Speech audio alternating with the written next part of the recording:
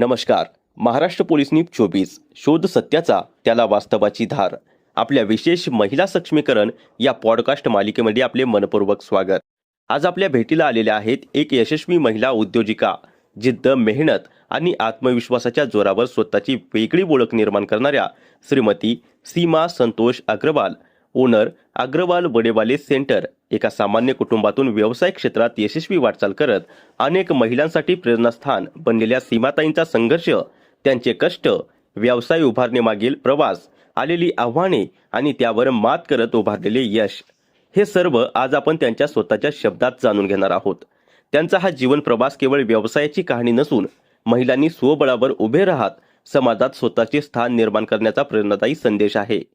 चला तर मग अधिक वेळ न दडवता आजच्या आपल्या मान्यवर पाहुण्या श्रीमती सीमा संतोष अग्रवाल यांचे महाराष्ट्र पोलीस न्यूज 24च्या वतीने मनपूर्वक स्वागत करूया. सीमा अग्रवाल यांचा संपर्क 9881 61 57 57 आणि आपण पाहताय महाराष्ट्र पोलीस न्यूज 24 शोध सत्याचा त्याला वास्तवाची धार. चला सुरू करूया आजचा प्रेरणादायी पॉडकास्ट. या सदरामध्ये आपलं सीमाताई संतोषजी अग्रवाल वडेवाले स्नॅक सेंटर, नरपतगिरी चौक या ठिकाणी गेली 35 वर्ष ते दाम्पत्य आज इमानीत बारे लोकांची सेवेकरिता आज 24 तास उभे आहेत. आणि या परिसरामध्ये नव्हे तर संपूर्ण पुणे शहरामध्ये आज अग्रवाल वडेवाले स्नॅक सेंटर म्हणून यांचा जे काही तिथे पदार्थ तयार होतात ते चवीला रुचकर आणि प्रत्येकाला घरामध्ये आणि घरगुती मसाल्याने तयार केलेले हे पदार्थ सर्वांना हवे आवडीचे असे वाटणारे अशा आज आपल्या सोबत अग्रवाल ताई आणि त्यांची कन्या ईशा अग्रवाल या महाराष्ट्र पोलीस न्यूज 24 चॅनल मध्ये आज त्यांचं आगमन झालेलं आहे. त्यांचं मनपूर्वक स्वागत. आणि मी आज त्यांच्याशी चर्चा म्हणजे त्यांचं आज पती आज जरी त्यांच्या सोबत नसले तरी देखील त्यांच्या पतीच्या पावलावर पाऊल ठेवून आज ही महिला, ही रणरागिणी आज या मध्यवर्ती ठिकाणी तो अग्रवाल वडेवाले जे काही गाडा आहे त्या चालवत आहेत. आणि त्यांची जी काही दखल घ्यावी आणि त्यांचं अभिनंदन करावं आणि त्यांचा गौरव करावा तेवढा कमी आहे. तर अशा अग्रवाल ताई आपल्याला ज्या आज पाहुणे म्हणून लाभलेल्या आहेत, तर त्यांच्याच मुखातून त्यांच्याबद्दल थोडंसं आपण चर्चात्मक हा विषय इथे त्यांच्याच याच्यामध्ये मांडणार आहेत. तर मी त्यांना विचारू इच्छितो की सीमाताई, आपण जे अग्रवाल वडेवाले स्नॅक सेंटरची स्थापना ही कधीपासून केली आणि कुणी केली आणि त्याचे मुख्य सूत्रधार कोण, त्याविषयी थोडक्यात तुम्हाला जे काही तुमच्या पतीविषयी म्हणा, तुमच्या सासरविषयी बोलायचंय तर तुम्ही मनसोक्तपणे इथे बोलू शकता. हे न्यायाचंच व्यासपीठ आहे. आमचे सासरे आणि आमचे मिस्टर दोघं मिळून चालवत होते पहिला. मी घरातून त्यांची हेल्प करत होते. आता ते नाहीये तर मी चालवतीये. माझ्याकडे 4 नोकर आहेत. आमचं वडापाव, मूग भजी सगळे एनी आयटम फेमस आहेत. आणि कधीपासून हे करतात आपण? मी 1996 पासून. अच्छा. मग आधी सुरुवातीला फक्त तुमचे मिस्टर करायचे लग्न आधी का लग्नानंतरच चालू केला गाडा हा? लग्नानंतर हा गाडा चालू झाला. अच्छा. हा. मग त्याला साथ तुमची होती दिवस रात्र, म्हणजे तुम्हाला त्यांना जे काय हवं होतं तिथे त्याचे रॉ मटेरियल त्या वड्याचं किंवा त्या मूग भाजीचं किंवा पॅटीस जे काय आहे तुम्ही पण दिवस रात्र मेहनत करून त्यांच्या पाठीशी उभे राहिल्या. हो हो. आणि सुरुवातीला तुम्ही गाडीवर नसायचे? नाही, मी गाडीवर नसायची. घरून फक्त त्यांना मदत करायची, मटेरियल वगैरे बनवून द्यायची. फक्त आता ते नाहीयेत म्हणून मी हा गाडा चालवते. ओके.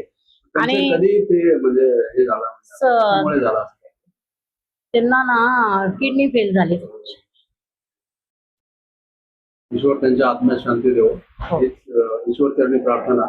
आणि मग नंतर तुम्हाला कसं वाटलं की इथं गाडीवर यावं आणि त्यांचा व्यवसाय सांभाळावा आणि परिवाराला सांभाळावा? नाही, त्यांनी अगोदर आजारी पडल्यावर थोडं मला पाठवत होते गाडीवर. मला तेव्हा काही कळत नव्हतं. मी म्हणायची हे आजारी तरी पण का पाठवता. पण नंतर ना मला कळालं की त्यांचा उद्देश होता की मी जरी नसलो तरी तू हे गाडा चालव. आता हे गेल्यावर मला हे कळलं. त्याच्या अगोदर मला काही डोक्यात नव्हतं की मी गाडीवर येईन की काम करेन आणि हे गाडा मी सांभाळेन, हे माझ्या स्वप्नात पण नव्हतं.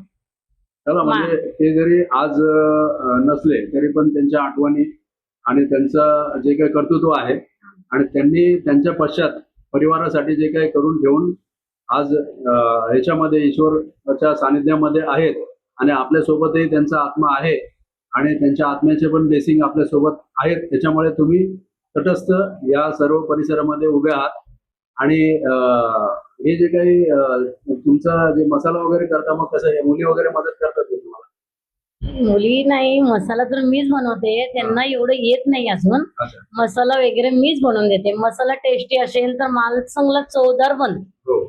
आणि मसाला वगैरे मग मीच बनवून देते. असं तुम्हाला समजा ऑर्डर वगैरे कसं, म्हणजे आता जर नुकतीच वारकरी संप्रदाय आले होते, मग हो. त्यांची पण तुम्ही खूप चांगल्या प्रकारे यांनी सेवा केली. हो, आलेल्या जे पण वारकऱ्यांना मी वाटलंय वडापाव, पॅटीस, दाळवडे सगळं त्यांना मी सामाजिक वाटलंय. कार्यामध्ये पण हिरिरीने त्यांचा सहभाग असतो. असं. आणि असं कोणाकडे आर्थिक जर काही समस्या असेल तरी देखील त्या असं मुक्तपणे त्याला काही आर्थिक न मागता सेवा म्हणून पुरवतात. आणि यापुढे आता मागे मी ऐकलं की त्या वडापावचा तुमच्या गाडीवरचा जो काही मागे एक व्हिडिओ आला, हो, तर त्याच्यामध्ये मला थोडंसं संदिग्ध असं म्हणजे शंकास्पद काही गोष्टी वाटल्या की तुमचा रजिस्ट्रेशन तुमच्या नावाचं पतीच्या, हो. मग असं कुणी मुलाखत दिली की ज्याच्यामुळे ते तुम्हाला म्हणजे नाही का त्या पत्रकाराला नाही कळालं की असं काय? नाही नाही, त्या पत्रकाराची चूक एवढीच आहे, त्यांनी ते लायसन बघायचं पहिले. हा. लायसन वाचल्याशिवाय इंटरव्ह्यू घ्यायचा नव्हता. लायसन बघितलं नाही, काही नाही, आणि आमचं नाव का घेतलं नाही, त्याच्यामुळं त्यांच्यावर पण मला राग आहे.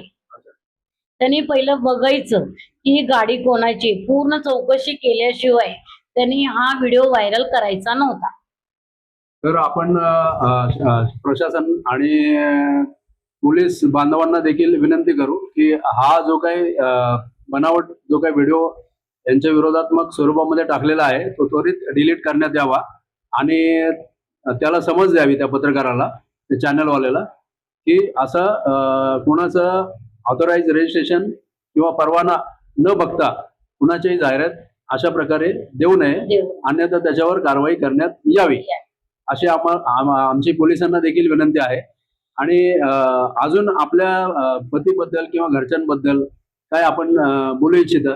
नाही, ते माझे मिस्टर फार चांगले होते आणि शांत स्वभाव होता. ते प्रेमळ, कधी म्हणजे आम्हाला कधी रागवले नाही. खूप छान. आणि आमचे देखील खूप चांगले मित्र होते ते. आणि त्यांच्या आशीर्वादाने आज मी इथं आहे. तर आज ही जी तुमची कन्या आहे तिच्याबद्दल तुम्ही काय बोलाल, म्हणजे तिचं करिअर वगैरे कसं काय?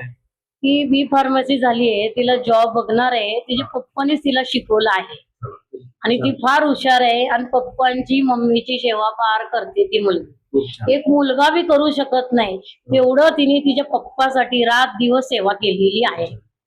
पप्पासाठी तिने फार झटली की माझे पप्पा बरे व्हावे, म्हणून रात दिवस तिने ना फार प्रयत्न केले. तुमचे आशीर्वाद आज आहेत तुमच्या पाठीशी, त्याच्यामुळे हे एकदम स्टँड आहेत मुली पण. ही ईशा ना? हा, आणि तुमच्या ईशा दुसऱ्या मुलीचं नाव अगरवाल. आहे? ईशा अगरवाल फार म्हणजे शांत आणि चांगली प्रेमळ मुलगी आहे.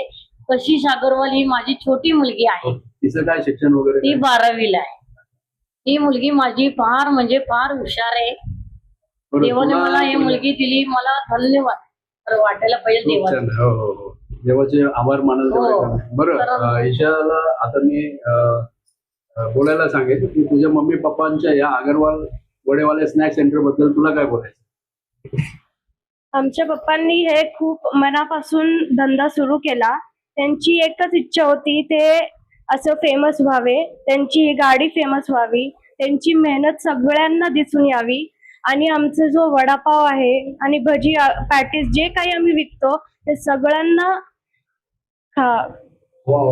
हवंसं वाटो, ते तेवढंच त्यांचं हे होतं, इच्छा होती. आणि आमची मम्मी आता करते ना, मला खूप प्राऊड वाटतं, कारण की पप्पा नसल्यानंतर पण माझी मम्मी एवढं स्ट्रॉंग होऊन तिने सगळं सांभाळलं, आम्हाला सांभाळलं. माझं जॉब नाही तरी ती मला सांभाळती. हे माझ्यासाठी खूप प्राऊड विषय आहे.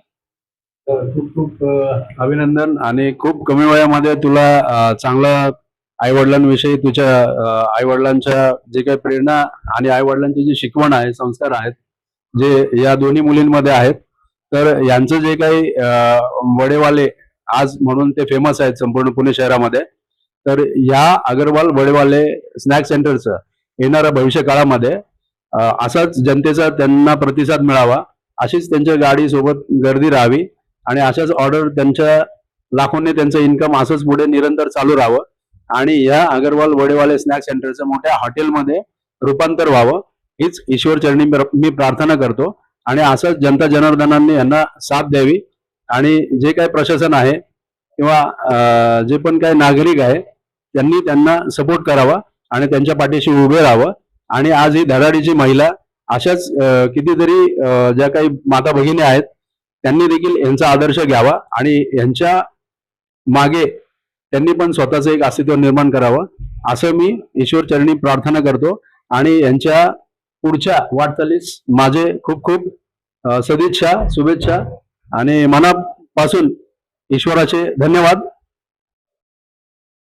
महाराष्ट्र पोलीस न्यूज, डॉक्टर विजय आर्यन. धन्यवाद.